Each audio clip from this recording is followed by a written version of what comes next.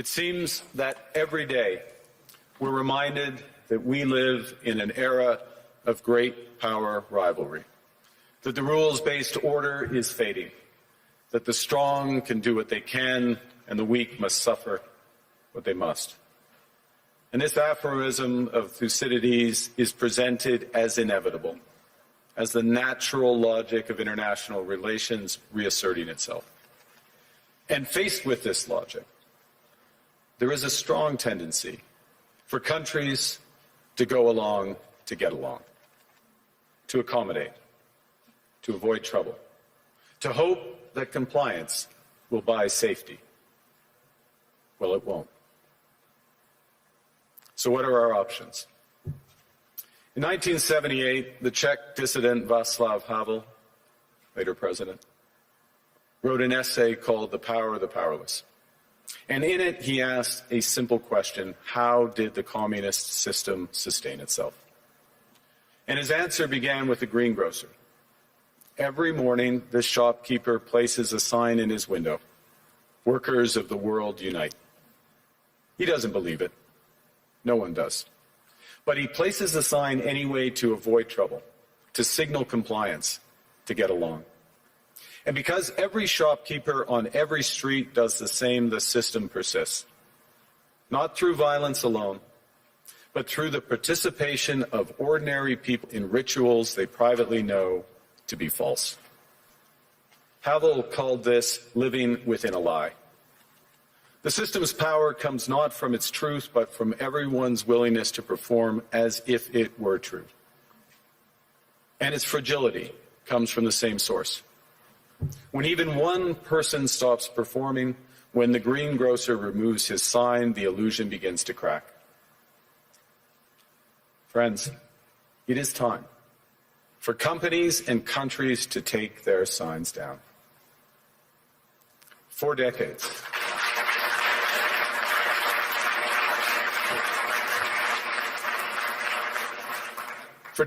countries like Canada prospered under what we called the rules-based international order. We joined its institutions, we praised its principles, we benefited from its predictability.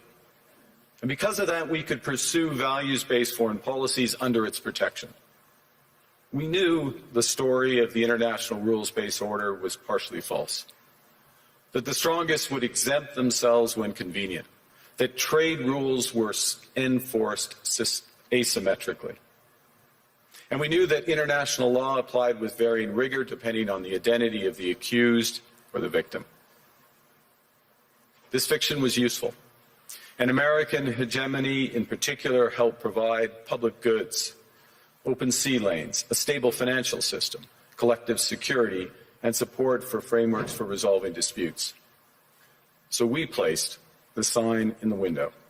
We participated in the rituals. And we largely avoided calling out the gaps between rhetoric and reality. This bargain no longer works. Let me be direct. We are in the midst of a rupture, not a transition. Over the past 2 decades, a series of crises in finance, health, energy, and geopolitics have laid bare the risks of extreme global integration. But more recently, great powers have begun using economic integration as weapons. Tariffs as leverage, financial infrastructure as coercion, supply chains as vulnerabilities to be exploited. You cannot live within the lie of mutual benefit through integration when integration becomes the source of your subordination. The multilateral institutions on which the middle powers have relied, the WTO, the UN, the COP, the architecture, the very architecture of collective problem solving are under threat. And as a result, many countries are drawing the same conclusions, that they must develop greater strategic autonomy in energy, food, critical minerals, in finance and supply chains. And this impulse is understandable. A country that can't feed itself, fuel itself, or defend itself has few options. When the rules no longer protect you, you must protect yourself. But let's be clear-eyed about where this leads. A world of fortresses will be poorer, more fragile, and less sustainable. And there's another truth. If great powers abandon even the pretense of rules and values for the unhindered pursuit of their power and interests, the gains from transactionalism will become harder to replicate. Hegemons cannot continually monetize their relationships. Allies will diversify to hedge against uncertainty. They'll buy insurance, increase options in order to rebuild sovereignty. Sovereignty that was once grounded in rules but will increasingly be anchored in the ability to withstand pressure. This room knows this is classic risk management. Risk management comes at a price. But that cost of strategic autonomy, of sovereignty, can also be shared. Collective investments in resilience are cheaper than everyone building their own fortresses. Shared standards reduce fragmentations. Complementarities are positive sum. And the question for middle powers like Canada is not whether to adapt to the new reality. We must. The question is whether we adapt by simply building higher walls or whether we can do something more ambitious. Now, Canada was amongst the first to hear the wake-up call, leading us to fundamentally shift our strategic posture. Canadians know that our old, comfortable assumptions that our geography and alliance memberships automatically conferred prosperity and security, that assumption is no longer valid. And our new approach rests on what Alexander Stubb, the President of Finland, has termed value-based realism. Or to put another way, we aim to be both principled and pragmatic. Principled in our commitment to fundamental values, sovereignty, territorial integrity, the prohibition of the use of force except when consistent with the UN Charter, and respect for human rights. And pragmatic in recognizing that progress is often incremental, that interests diverge, that not every partner will share all of our values. So we're engaging broadly, strategically, with open eyes. We actively take on the world as it is, not wait around for a world we wish to be. We are calibrating our relationships so their depth reflects our values. And we're prioritizing broad engagement to maximize our influence, given the fluidity of the world at the moment, the risks that this poses, and the stakes for what comes next. And we are no longer just relying on the strength of our values, but also the value of our strength. We are building that strength at home. Since my government took office, we have cut taxes on incomes, on capital gains and business investment. We have removed all federal barriers to interprovincial trade. We are fast-tracking $1 trillion of investments in energy, AI, critical minerals, new trade corridors, and beyond. We're doubling our defense spending by the end of this decade, and we're doing so in ways that build our domestic industries. And we are rapidly diversifying abroad. We've agreed a comprehensive strategic partnership with the EU, including joining SAFE, the European Defence Procurement Arrangements. We have signed 12 other trade and security deals on 4 continents in 6 months. The past few days, we've concluded new strategic partnerships with China and Qatar. We're negotiating free trade pacts with India, ASEAN, Thailand, Philippines, and Mercosur. We're doing something else. To help solve global problems, we're pursuing variable geometry. In other words, different coalitions for different issues based on common values and interests. So on Ukraine, we're a core member of the Coalition of the Willing and one of the largest per capita contributors to its defense and security. On Arctic sovereignty, we stand firmly with Greenland and Denmark and fully support their unique right to determine Greenland's future.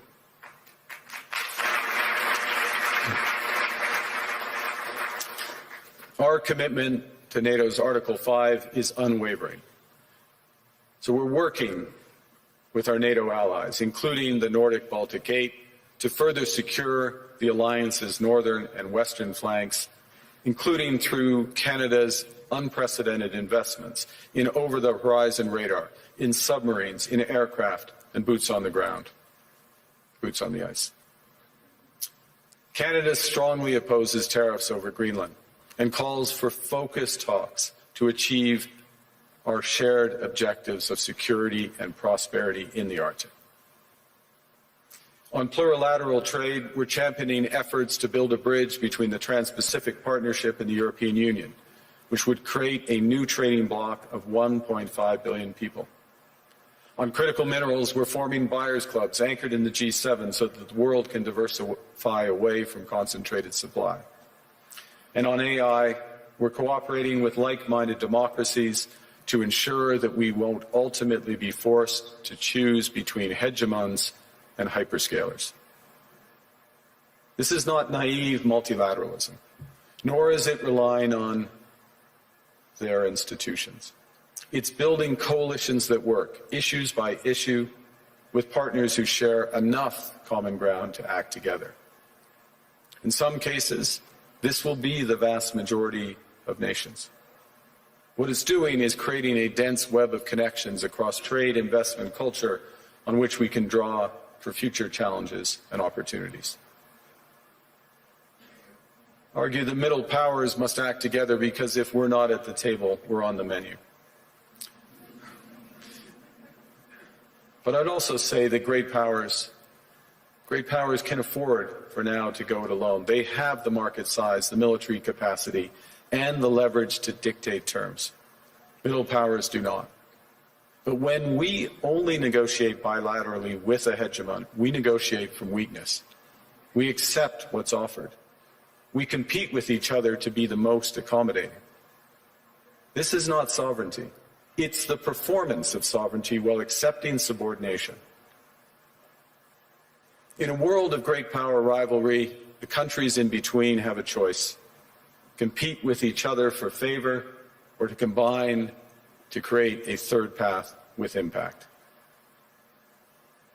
We shouldn't allow the rise of hard power to blind us to the fact that the power of legitimacy, integrity, and rules will remain strong if we choose to wield them together. Which brings me back to Havel.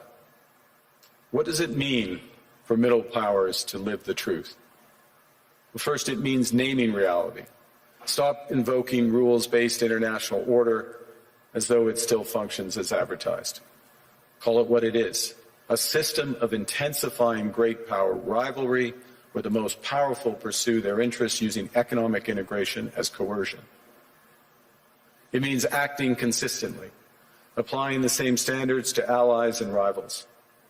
When middle powers criticize economic intimidation from one direction but stay silent when it comes from another, we are keeping the sign in the window. It means building what we claim to believe in. Rather than waiting for the old order to be restored, it means creating institutions and agreements that function as described. And it means reducing the leverage that enables coercion. That's building a strong domestic economy. It should be every government's immediate priority. And diversification internationally is not just economic prudence. It's a material foundation for honest foreign policy, because countries earn the right to principled stands by reducing their vulnerability to retaliation. So Canada. Canada has what the world wants. We are an energy superpower. We hold vast reserves of critical minerals. We have the most educated population in the world.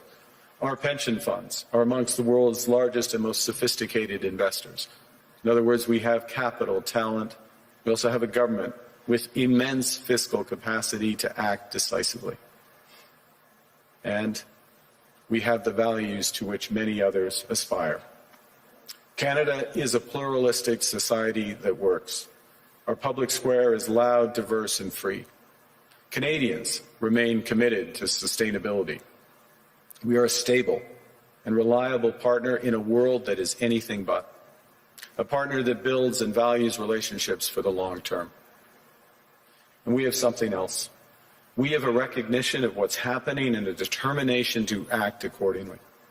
We understand that this rupture calls for more than adaptation. It calls for honesty about the world as it is. We are taking the sign out of the window. We know the old order is not coming back. We shouldn't mourn it. Nostalgia is not a strategy. But we believe that from the fracture, we can build something bigger, better, stronger, more just. This is the task of the middle powers. The countries that have the most to lose from a world of fortresses and the most to gain from genuine cooperation. The powerful have their power. But we have something too.